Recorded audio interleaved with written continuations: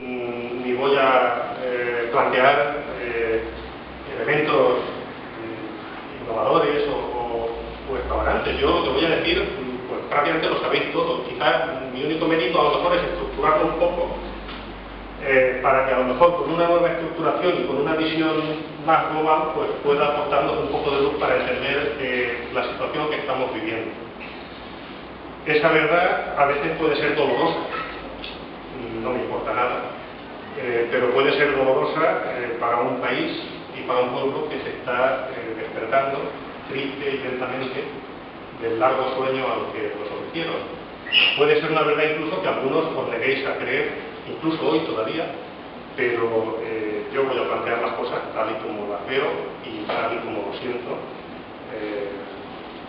planteándolo también un poco en relación con lo que es el día a día de mi actividad profesional y del ámbito de la investigación académica en el que yo me muevo, que es el derecho del trabajo y las relaciones laborales. Bien, dicho todo esto, empezaré diciendo que lo que a mí me interesa hoy es que podamos entender, y no pretendo hablar más de 35 o 40 minutos, voy a ver si soy capaz de cumplir mi palabra, para que podamos luego entablar un diálogo, ¿no? Y que preguntéis lo que os apetezca, o lo que queráis.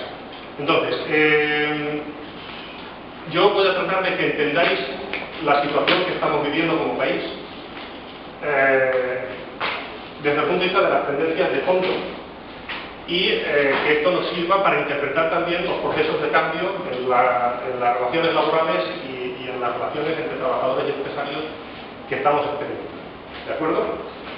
Para esto, para comprender lo que nos está pasando como país, necesito detenerme un momento en la explicación de las características del modelo del que venimos. Es decir, remontarme brevemente al pasado para que el pasado nos ilumine sobre la situación en la que estamos. Venimos de un modelo de crecimiento económico y de creación de empleo que pivotó durante prácticamente 20 años sobre un sector económico fundamental que es o que era el sector de la construcción. También en parte el turismo, muy ligado desde los años 60 al sector de la construcción, y en menor medida, sobre todo en algunas zonas, como por ejemplo en el caso de Cataluña, la industria del automóvil, controlada por los grandes grupos multinacionales. Este es un resumen, una imagen, una fotografía de lo que ha sido la economía española, por no remontarme más, desde los años 60. Podríamos profundizar en las raíces del modelo, habría que remontarse pues, a cómo se desarrolló un país arruinado por la guerra, qué vectores de crecimiento fueron los que permitieron la reconstrucción. En fin, podríamos aquí hacer una exposición muy larga, pero que es innecesaria para lo que a mí me interesa. Lo que me interesa es que partamos de esta base. Un modelo, un patrón de crecimiento en el que la construcción era el vector económico fundamental, el vector básico para la creación de empleo en este país y que se prolongó durante aproximadamente 20 años. Bien, no entraré porque existiría seguramente una charla como mínimo tan larga como la actual en cómo fue posible este modelo. Diría muy brevemente que el capital financiero, es decir, la banca, lo impulsó. El poder político lo consintió y lo promovió. Y la corrupción, la enorme corrupción del poder político lo permitió y lo lubricó. Si recordáis, la corrupción gozaba, y diría que goza todavía hoy, de plena legitimidad social, que es la que hizo posible desatar una verdadera lengua del habla urbanizadora, por emplear la expresión del profesor Laredo, que se extendió por todo el litoral durante estas 2 décadas, prácticamente desde Girona a Huelva, y que se hizo además vulnerando todo tipo de normas urbanísticas. Son conocidos los casos de prácticamente todos los ayuntamientos en los que sus necesidades de financiación les llevaban a la concesión indiscriminada de licencias para obtener ingresos, y ya se encargaban los empresarios de untar a muchísimos concejales y alcaldes con vistas a facilitar el proceso, y todo ello con plena legitimidad social. Son muy conocidos, están en boca de todo el mundo, son vox populi los casos de movimientos progresistas, fundamentalmente de Izquierda Unida, que fueron sencillamente desalojados por los ciudadanos porque se oponían a la corrupción y porque se oponían a este modelo basado en el ladrillo y basado en bueno, pues unos costes económicos y ecológicos en los que ahora pues muy brevemente entramos. Pero no es esto lo que me interesa. Lo que me interesa es que reparemos en las características sociales y laborales del modelo del que venimos, para que podamos entender lo que nos está pasando. Yo diría que este modelo, este patrón de crecimiento tenía 4 características fundamentales. Lo podríamos resumir en 4 características. La primera característica, hablo del modelo, insisto, de la época de la prosperidad, para que todo el mundo se sitúe. Vamos a decirlo de prosperidad entre comillas, como que se iba ahora. La primera característica del modelo era la desigualdad. Yo recomiendo la lectura de un economista francés muy interesante que se llama Michel Lafon. Ya sé que en este país hemos dejado de leer, ya sé que después de una jornada de trabajo o de una jornada de búsqueda de empleo a uno le duele mucho la cabeza, pero nos lo tenemos que meter aquí. Hay que empezar a leer y hay que empezar a pensar. Os recomiendo a este economista que analiza y demuestra desde el punto de vista estadístico cómo en esa época de crecimiento económico vehiculado a través de la construcción, todo el excedente empresarial se lo apropió la misma oligarquía inmobiliario-financiera que, como he dicho antes, había puesto en marcha el proceso. En este país se produjo un proceso de regresión en la distribución de la renta que no tiene precedentes en la historia contemporánea de España, ni siquiera en la época de la dictadura. Es decir, la misma oligarquía inmobiliario-financiera que permitió el proceso y que puso el dinero en circulación para poner en marcha el ladrillo, esa misma oligarquía fue la que se apropió de los beneficios que se generaban en este país, en su gran mayoría. Yo no voy a dar muchos datos, pero solo voy a dar 2 para que os hagáis una idea de lo que estoy diciendo. Entre los años 92 y 2005, la participación de los salarios en la renta nacional disminuyó del 72 al 61%. Y mientras tanto, en ese mismo periodo, los beneficios empresariales crecieron un 73% por un 36% de la Unión Europea. Esto da un poco la medida del proceso de redistribución de la renta que se produjo en este país en contra de los salarios y a favor de los beneficios empresariales en la época de la burbuja inmobiliaria. ¿De acuerdo? Por tanto, la primera característica que yo señalaría de ese modelo es precisamente la desigualdad. ¿De acuerdo?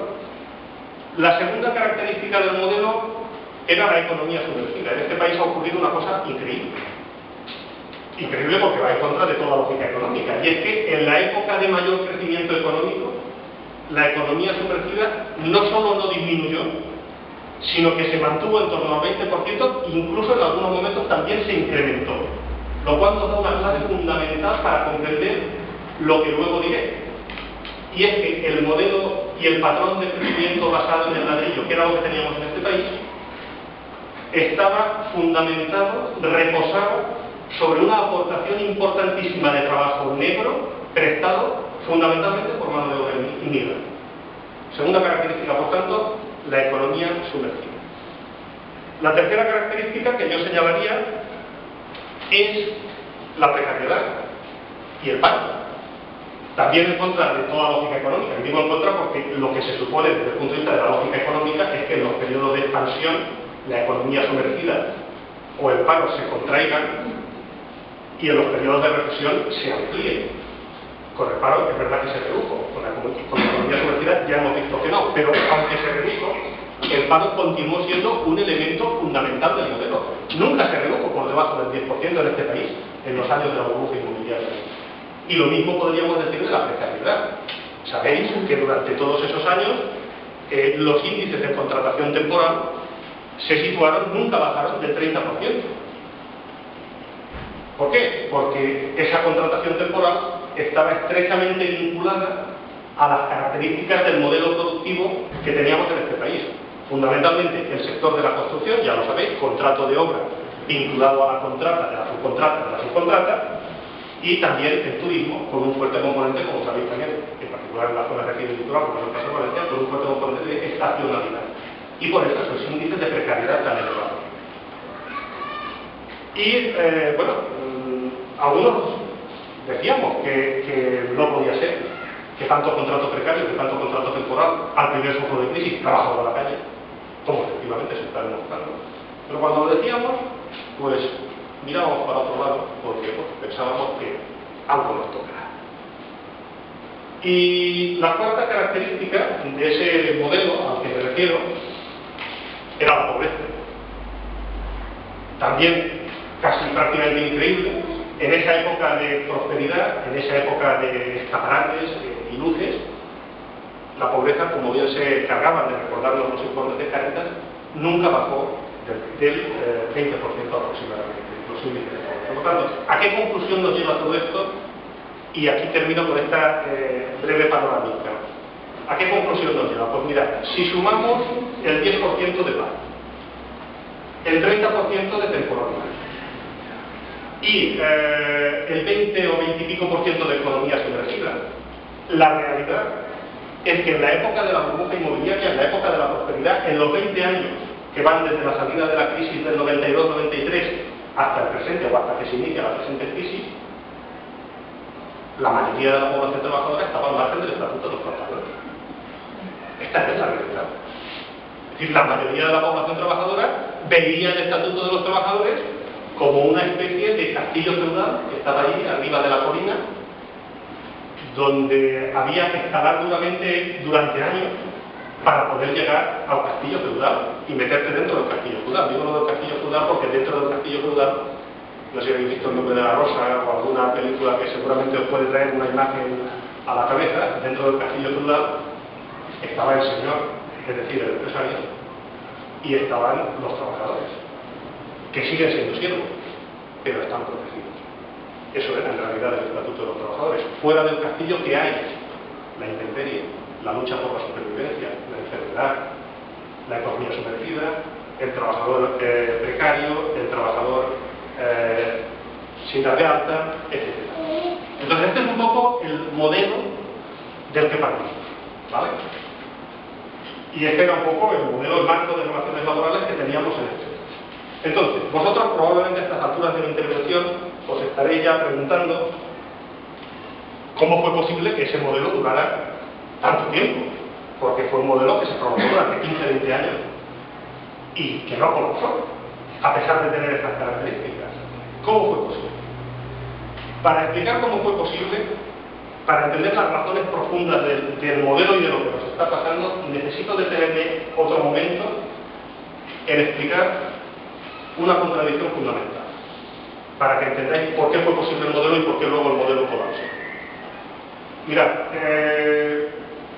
hay una contradicción que el capitalismo no ha podido superar, ni podrá superar, y que podríamos resumir en la expresión la doble, yo voy a tratar de que todo el mundo lo entienda, podríamos resumir en la expresión la doble naturaleza de la fuerza de trabajo.